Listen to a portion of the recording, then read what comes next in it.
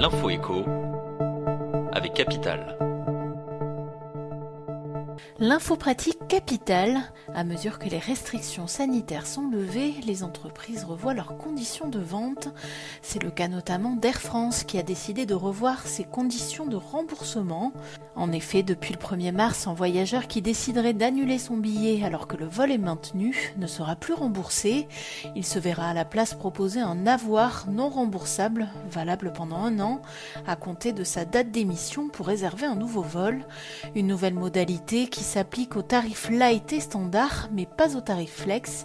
Retrouvez plus de détails sur notre site.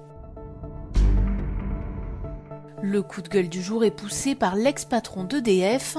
Dans un entretien au JDD, Henri Proglio a assuré qu'il ne quitterait pas ses fonctions au sein de Rosatom, le géant public russe du secteur nucléaire. « Soyons clairs, je ne compte pas démissionner », a-t-il prévenu, assurant que personne ne lui avait demandé de le faire. « Cela m'agace lorsqu'on dit que je travaille pour le gouvernement russe ou que je touche des jetons de présence faramineux », s'est-il indigné, assurant que son rôle se limitait à un dialogue sur les enjeux liés à l'atome.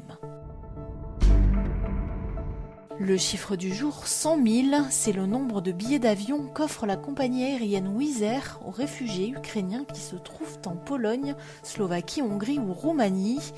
Wizz Air s'engage à aider les réfugiés à atteindre leur destination finale où qu'elle se trouve, a assuré la compagnie hongroise.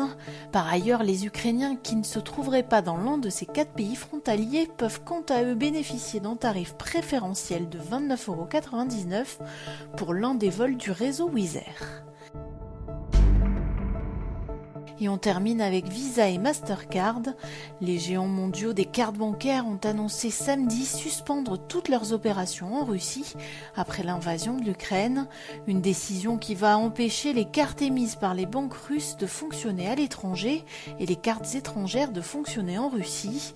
Visa et Mastercard ainsi que leurs concurrents American Express avaient déjà pris des mesures pour empêcher les banques russes d'utiliser leur réseau en application des sanctions financières internationales décidées après l'invasion de l'Ukraine. C'était l'Info écho avec Capital.